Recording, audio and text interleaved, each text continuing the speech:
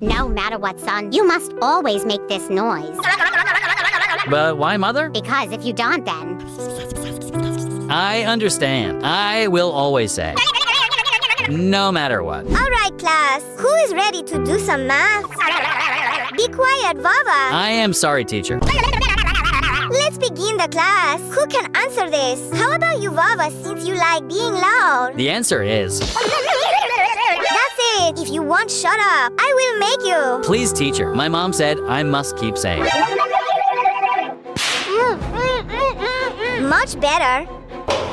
He disappeared. What happened? He was the middle child, and since you stopped him from making the noise, he became irrelevant and invisible.